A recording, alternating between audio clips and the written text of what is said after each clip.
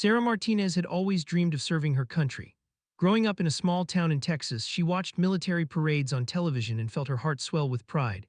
Her father, a Vietnam veteran, would tell her stories about courage and honor. When she turned 18, Sarah knew exactly what she wanted to do with her life. The day she walked into the Marine Corps recruiting office, Sarah felt nervous but determined. The recruiter looked her up and down, nodding her small frame and quiet demeanor. He asked her why she wanted to join the Marines, and Sarah answered with conviction that she wanted to protect people and serve something bigger than herself. Boot camp was the hardest thing Sarah had ever experienced.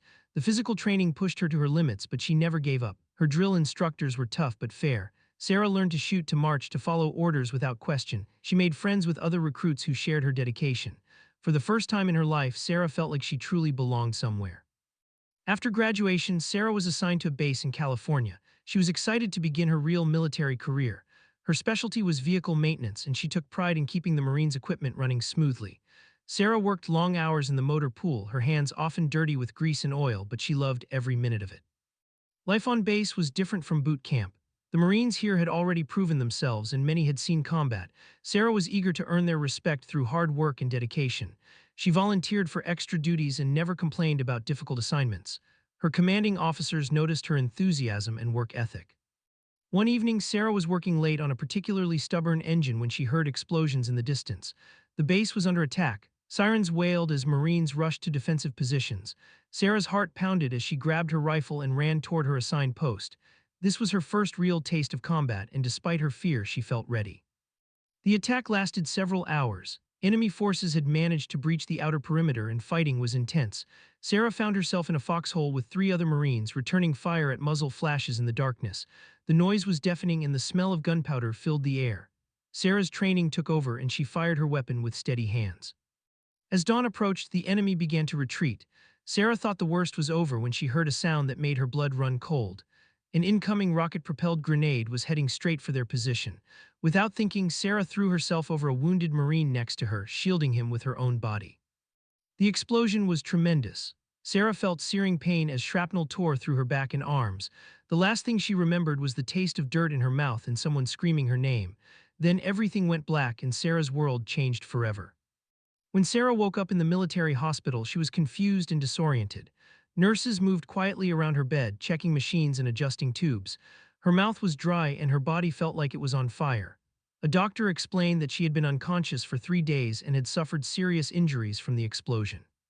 The shrapnel had left deep scars across Sarah's back, arms, and the left side of her face.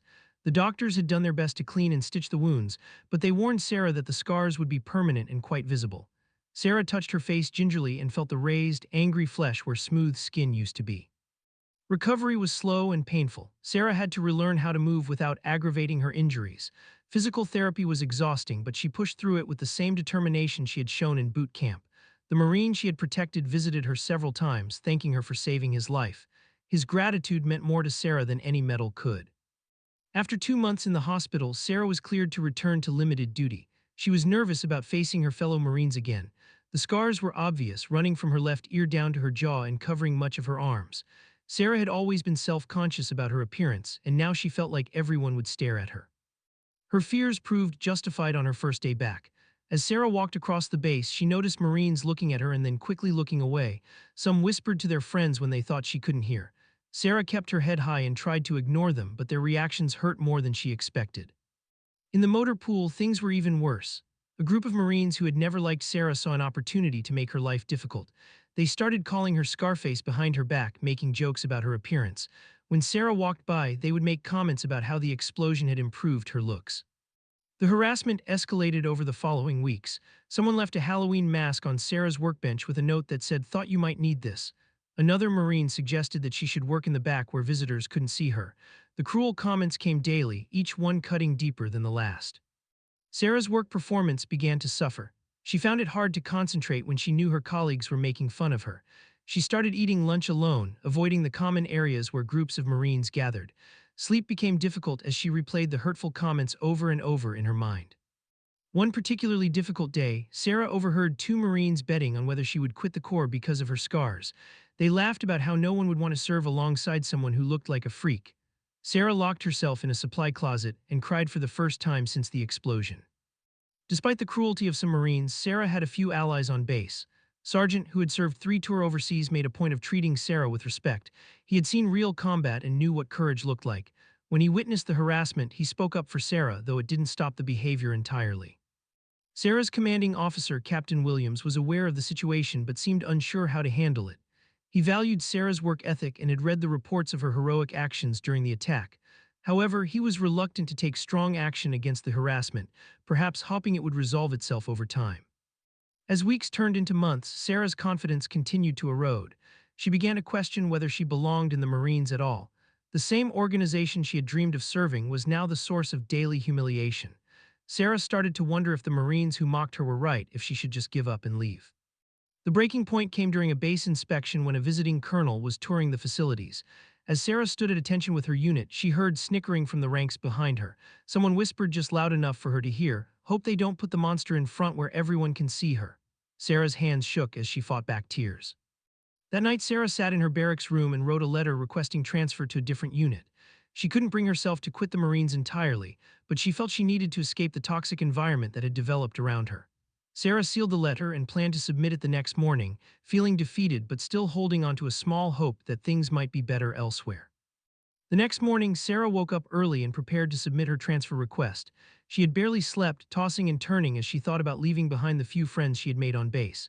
As she walked toward the administrative office, Sarah felt a mixture of sadness and relief.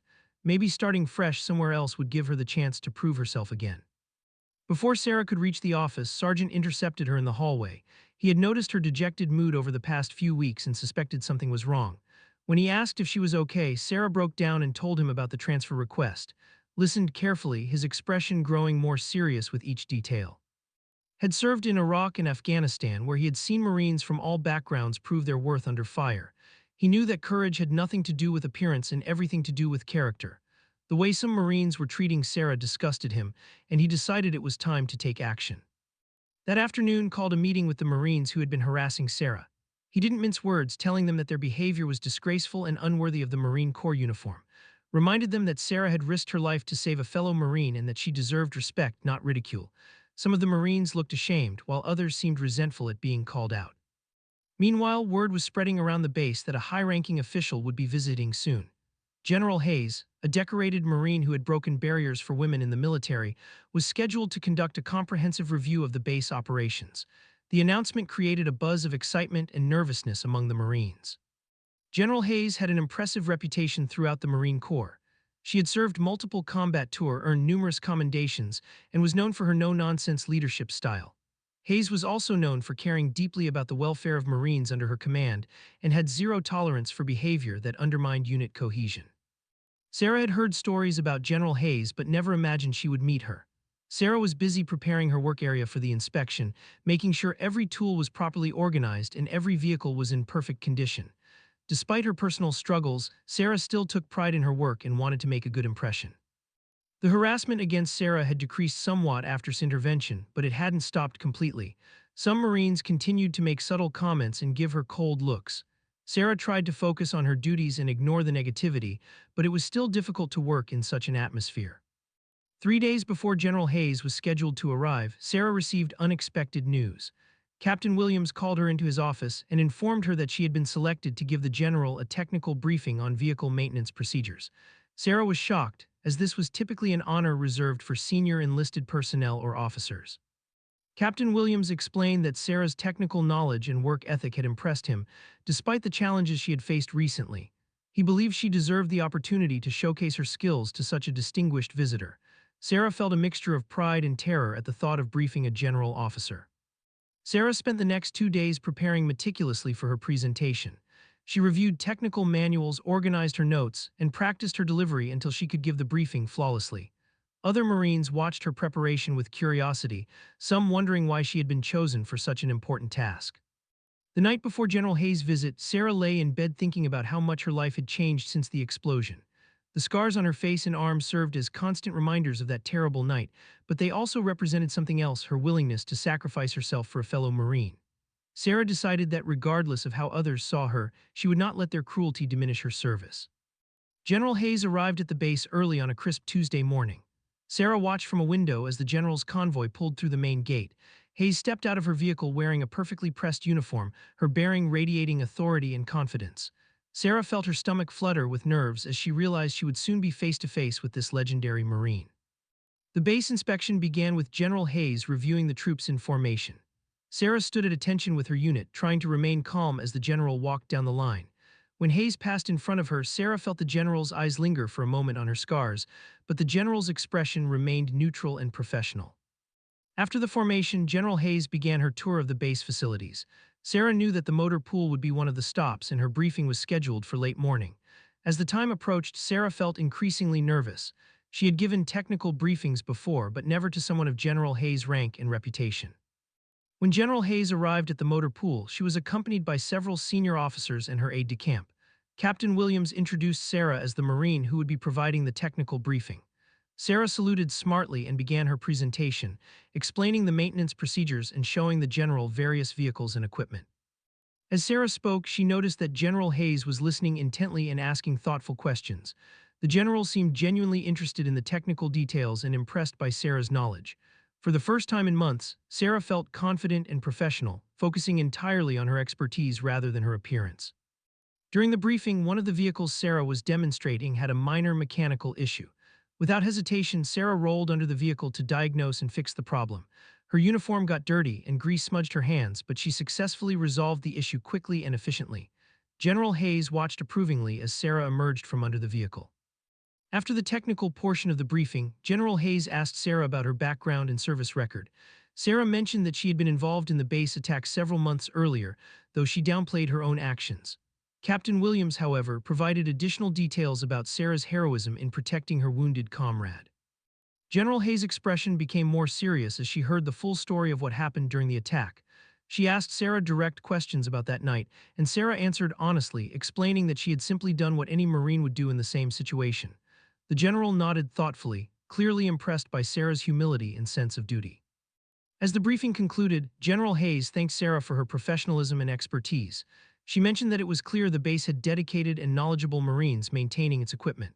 Sarah felt a surge of pride at the compliment from such a respected leader, and for a moment she forgot about all the harassment and difficulties she had endured.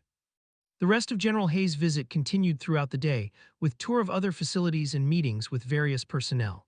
Sarah returned to her regular duties, feeling energized by the positive interaction with the general. She hoped that her successful briefing might help change how some of her fellow Marines viewed her. That evening, Sarah learned that General Hayes had requested to meet with several Marines individually, including herself. Sarah was surprised and nervous about what the general might want to discuss. She reported to the designated meeting room, where she found General Hayes waiting alone, having dismissed her usual entourage of officers. General Hayes invited Sarah to sit down and spoke to her in a more casual, personal manner. She asked Sarah about her experiences on the base and whether she felt supported by her fellow Marines. Sarah hesitated, unsure whether to mention the harassment she had endured. She didn't want to seem like she was complaining or unable to handle difficulties. However, General Hayes had not reached her position without being perceptive about human nature and military dynamics. She gently pressed Sarah for more details about her day-to-day experiences. Eventually, Sarah opened up about some of the challenges she had faced since returning from her injuries, though she tried to minimize the severity of the harassment.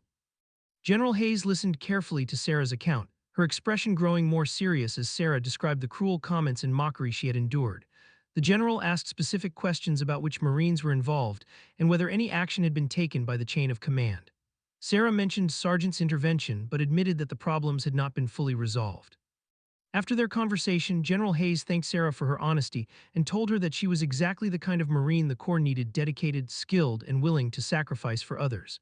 She assured Sarah that her scars were badges of honor, not sources of shame. Sarah left the meeting feeling more hopeful than she had in months. Unknown to Sarah, General Hayes spent the rest of the evening conducting additional interviews with other Marines on the base. She spoke with Sergeant, Captain Williams, and several others to get a complete picture of the situation. The general was building a comprehensive understanding of the unit's dynamics and the treatment Sarah had received. The next morning, General Hayes called for a special formation of all personnel on the base. This was unusual as her visit was supposed to conclude after the previous day's activities.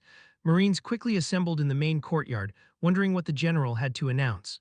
Sarah stood with her unit, curious but not suspecting that she would play a central role in what was about to unfold.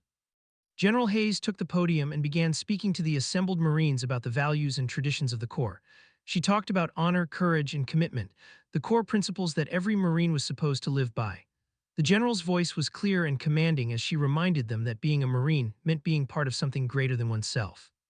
As she spoke, General Hayes began to focus on the concept of brotherhood and sisterhood within the Marine Corps. She explained that Marines were supposed to take care of each other, especially those who had sacrificed for their fellow warriors. The general's words carried weight, and Sarah could feel the tension building as Hayes seemed to be leading toward a specific point. General Hayes then began to tell a story about a young Marine who had shown extraordinary courage during a base attack. She described how this Marine had thrown herself over a wounded comrade, absorbing shrapnel that could have killed them both. The general's voice grew more emotional as she painted a vivid picture of selfless heroism under fire. Sarah felt her cheeks burn as she realized the general was talking about her. Other Marines began to turn their heads, looking at Sarah as they connected the story to the scars they had mocked for so many months. The atmosphere in the courtyard grew heavy with tension and realization. General Hayes continued her story, explaining how this brave Marine had saved a life but paid a price in permanent scars. She described how these scars should be seen as badges of honor, visible proof of sacrifice and courage. The general's words cut through the morning air like a sword, each sentence carefully chosen for maximum impact. Then General Hayes revealed what she had learned during her conversations the previous evening. She spoke about how some Marines on the base had chosen to mock and harass this hero instead of honoring her sacrifice. The general's voice grew stern as she described behavior that was unworthy of the Marine uniform and destructive to unit cohesion. The assembled Marines stood in stunned silence as General Hayes called out the harassment without naming specific individuals. She made it clear that such behavior was not only cruel, but also dangerous to military effectiveness. The general emphasized that Marines who could not respect their wounded comrades were not worthy of wearing the uniform. General Hayes then did something that shocked everyone present. She stepped down from the podium and walked directly toward Sarah's position in the formation. The crowd of Marines parted as the general approached, creating a path straight to where Sarah stood. Sarah's heart pounded as she realized she was about to become the center of attention in front of the entire base.